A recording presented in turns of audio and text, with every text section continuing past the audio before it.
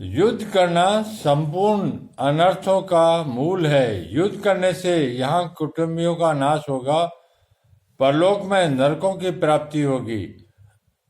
आदि बातों को युक्ति और प्रमाण से कहकर शोक से अत्यंत व्याकुल होकर अर्जुन ने युद्ध न करने का पक्का निर्णय कर लिया। जिस रणभूमि में वे हाथ में धनुष लेकर उत्साह के साथ आए थे, उसी रणभूमि में उन्होंने अपने बाएं हाथ से गांडीव धनुष को और दाएं हाथ से बाण को नीचे रख दिया। स्वयं रथ के मध्य भाग में अर्थात दोनों सेनाओं के देखने के लिए जहां खड़े थे, वहीं पर शोक मुद्रा में बैठ गए। अर्जुन की ऐसी शोकाकुल अवस्था होने में मुख्य कारण है भगवान का भीष्म और द्रोण के सामने रथ खड़ा करके अर्जुन से कुरुवंशियों को देखने के लिए कहा और उनको देखकर अर्जुन के भीतर छिपे हुए मोह का जागृत होना। मोह के जागृत होने पर अर्जुन कहते हैं, युद्ध में हमारे कुटुंबी मारे जाएंगे।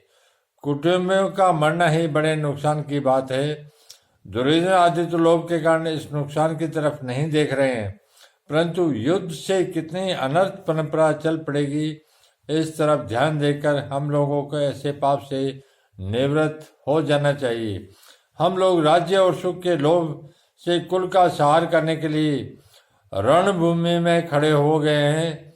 यह हमने बड़ी भारी गलती की है। अतः युद्ध न करते हुए शस्त्र रहित मेरे को यदि सामने खड़े हुए योद्धा लोग मार भी दे तो उससे मेरा हित ही होगा।